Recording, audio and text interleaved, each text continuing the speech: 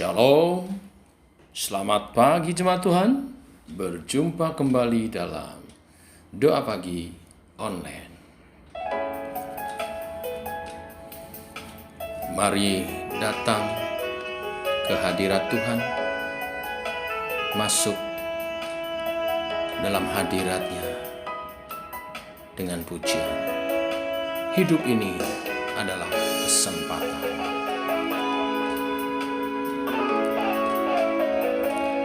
Hidup ini adalah kesempatan. Hidup ini untuk melayani Tuhan. Jangan sia-siakan waktu yang Tuhan beri. Hidup ini harus jadi berkat.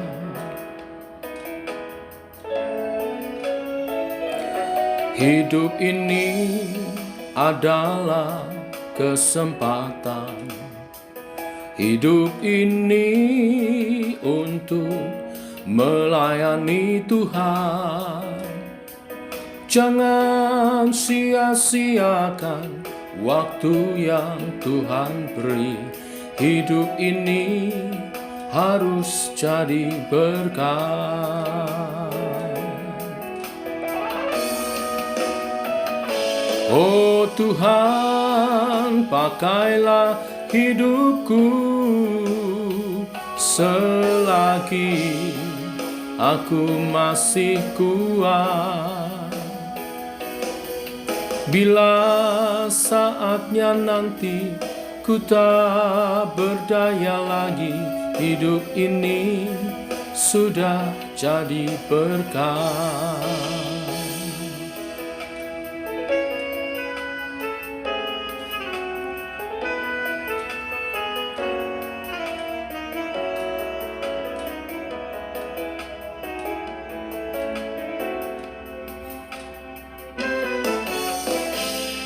Hidup ini adalah kesempatan.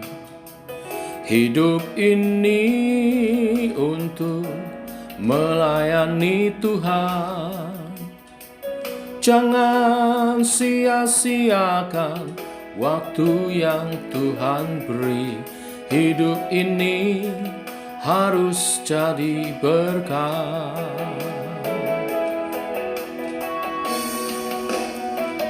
Oh Tuhan, pakailah hidupku selagi aku masih kuat.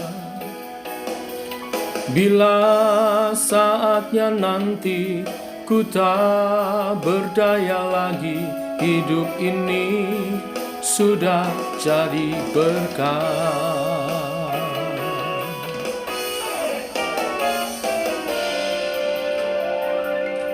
Oh Tuhan, pakailah hidupku selagi aku masih kuat. Bila saatnya nanti ku tak berdaya lagi, hidup ini sudah jadi berkat. Oh Tuhan, pakailah hidupku selagi aku masih kuat. Bila saatnya nanti ku tak berdaya lagi, hidup ini sudah jadi berkat. Hidup ini sudah jadi berkat. Hidup ini sudah jadi berkat.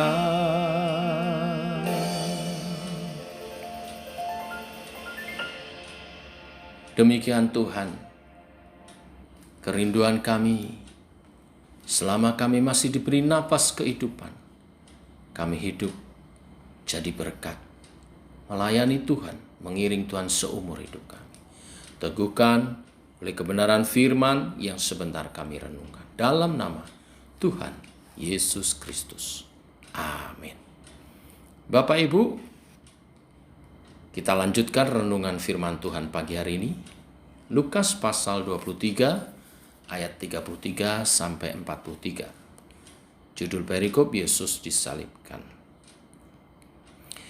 Ketika mereka sampai di tempat yang bernama Tengkorak, mereka menyalibkan Yesus di situ, dan juga kedua orang penjahat itu, yang seorang di sebelah kanannya dan yang lain di sebelah kirinya.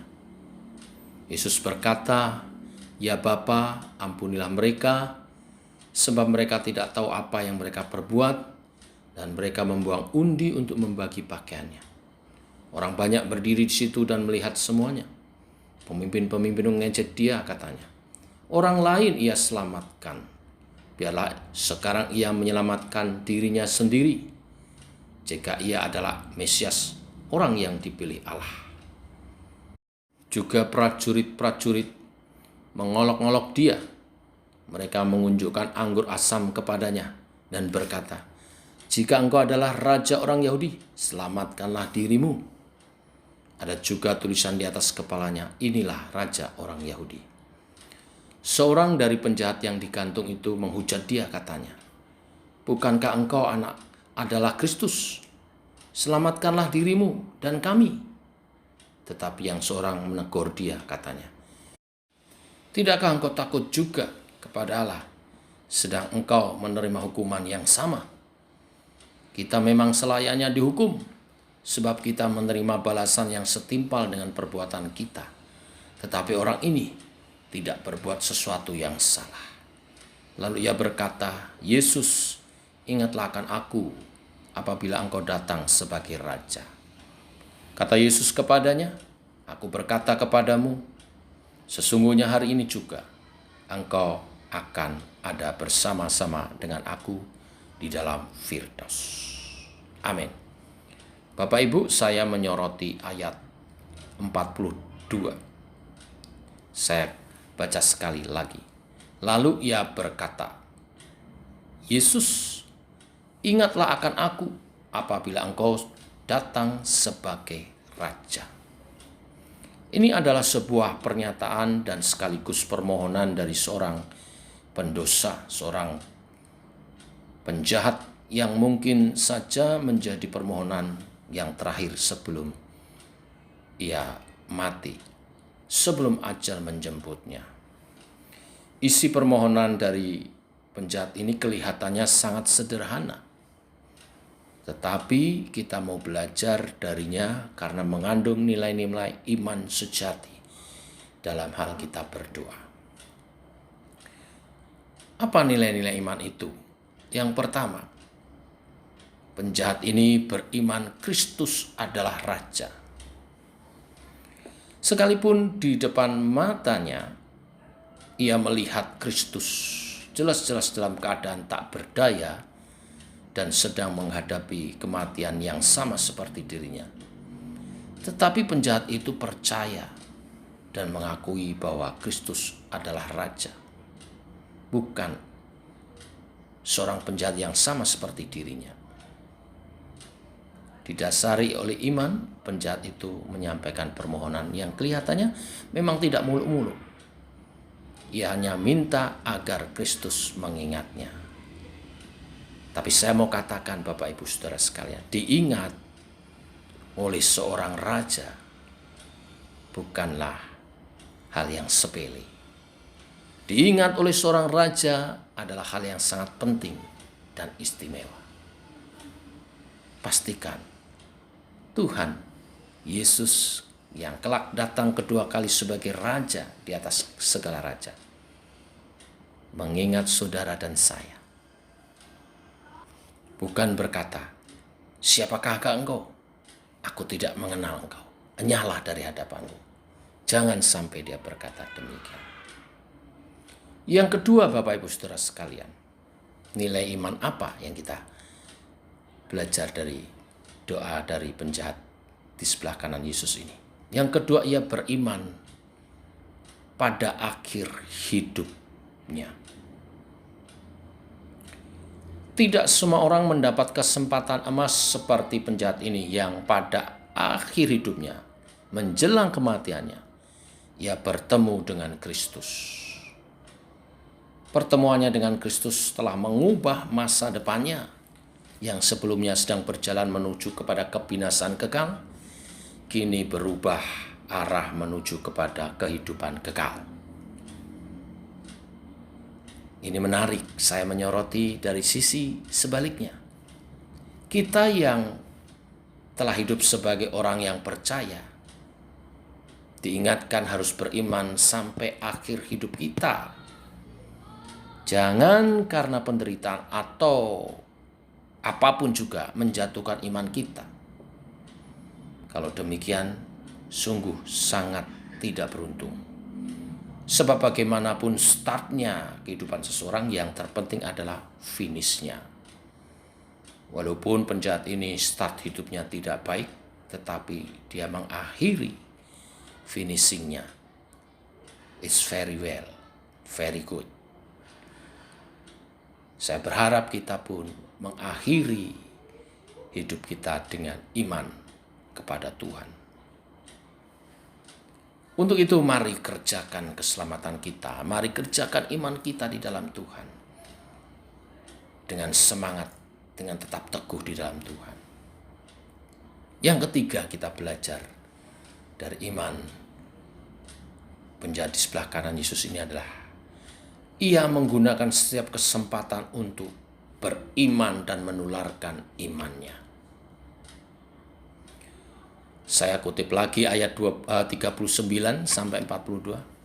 Seorang dari penjahat yang digantung itu menghujat dia, katanya, "Bukankah engkau adalah Kristus? Selamatkanlah dirimu dan kami." Tetapi yang seorang menegur dia, katanya, "Tidakkah engkau takut juga tidak kepada Allah, sedang engkau menerima hukuman yang sama?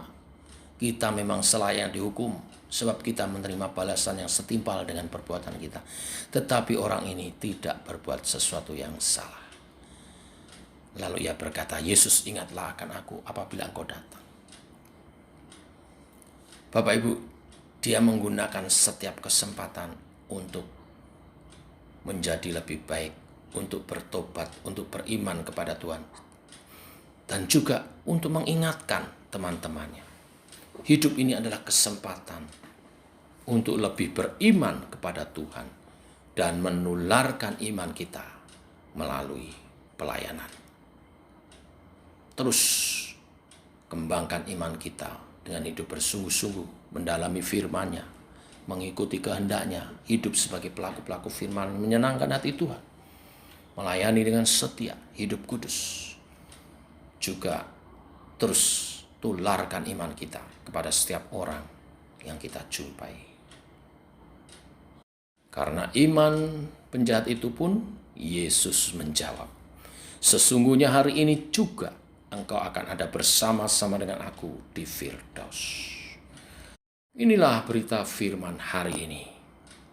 Teguhkan iman kita. Kristus akan datang sebagai Raja ketika ia datang kedua kali menjemput gerejanya. Pastikan kita ada. Oleh sebab itu, sampai akhir hidup kita teguh beriman kepada Tuhan. Dan gunakan setiap waktu kesempatan untuk menambah, membangun iman kita dan menularkan iman kita kepada setiap orang. Semua orang, siapapun juga, diterima oleh Tuhan. Karena Tuhan berkata, "Aku datang bukan untuk memanggil orang benar, melainkan orang berdosa." Matius 9 ayat 13. Tidak masalah apapun latar belakang hidup kita yang lalu. Yang penting, akhir hidup kita dijumpai sebagai orang-orang yang dibenarkan oleh Tuhan. Tuhan memberkati. Amin. Mari kita berdoa. Bapa, kami mengucap syukur buat kasih dan rahmat-Mu yang selalu baru. Buat hari yang baru yang limpah dengan berkat-Mu. Berkat firman Tuhan hari ini meneguhkan iman kami. Engkau akan datang kedua kali menjemput gereja-Mu. Engkau datang sebagai Raja di atas segala raja. yang akan memimpin bersama dengan kami, orang-orang yang teguh beriman sampai akhir hidupnya. Kami mau menjadi bagian dari karya-Mu itu Tuhan. Teguhkanlah iman kami. Allah Roh Kudus, tuntunlah kami menjadi pelaku-pelaku firman Tuhan, hidup setia melayani dalam kekudusan Tuhan. Hari ini kami berdoa mendukung Tuhan pemerintahan bangsa dan negara kami. Kami ucapkan berkat atas Indonesia, atas pemerintahan ini. Kami berdoa memberkati Presiden Jokowi, wakilnya, para menterinya, Polri, juga TNI dapat bekerja dengan baik, menjaga negara ini, mengelola negara ini, menjalankan negara ini dengan baik, bersih dari korupsi, aman, tentram, dapat membangun sehingga ekonomi dapat terus meningkat, keadaan dapat terus menjadi lebih baik, ada keharmonisan, ada toleransi, ada keindahan kami negara, ada keindahan kami bermasyarakat, hidup sebagai rakyat Indonesia dalam keragaman yang menyatu, saling menghargai, dan hidup bersama dengan indah. Kami berdoa supaya gereja Tuhan menjadi katalisator, menjadi penggerak dari nilai-nilai yang baik atas negeri ini dalam kehidupan yang indah, nilai-nilai hidup yang bermartabat, sehingga Indonesia rakyatnya adalah orang-orang yang menghidupi nilai-nilai yang baik dan Indonesia menjadi lebih maju. Kami bersyukur pemerintah telah dapat mengatasi pandemi dampak COVID-19, terus sempurnakan karena secara global ini masih menjadi pandemi yang masih membahayakan. Kami berdoa supaya secara global juga dapat teratasi dengan baik. Kami berdoa Tuhan juga untuk kota kami, di mana Engkau menempatkan kami untuk ada sebagai penjaga kota ini melalui doa-doa syafaat kami. Karena doa orang benarlah yang membawa dampak perubahan. Berkati kota kami dengan jiwa-jiwa baru yang bertobat, karena merekalah yang bertobat yang dapat membawa perubahan ke arah yang lebih baik. Kami berdoa untuk misi penginjilan di kota kami, di daerah-daerah, dan di seluruh Indonesia ini, bahkan dunia. Kau pakai setiap umat Tuhan sebagai kesaksian yang hidup, dan kuasa-Mu bekerja menjamah hati setiap orang hidup dalam pertobatan, menerima Yesus sebagai Tuhan dan Juru Selamat. Ini terus kami berdoa dan gemakan supaya gereja Tuhan dapat menghidupi nilai-nilai kerajaan Allah dan menularkan kepada masyarakat. Demikian Tuhan, doa-doa kami naikkan. Dalam nama Tuhan Yesus kami berdoa, kami bersyukur. Amin. Demikian saudara, doa pagi kita. Selamat pagi, selamat berjalan bersama dengan Tuhan. Shalom, tetap semangat.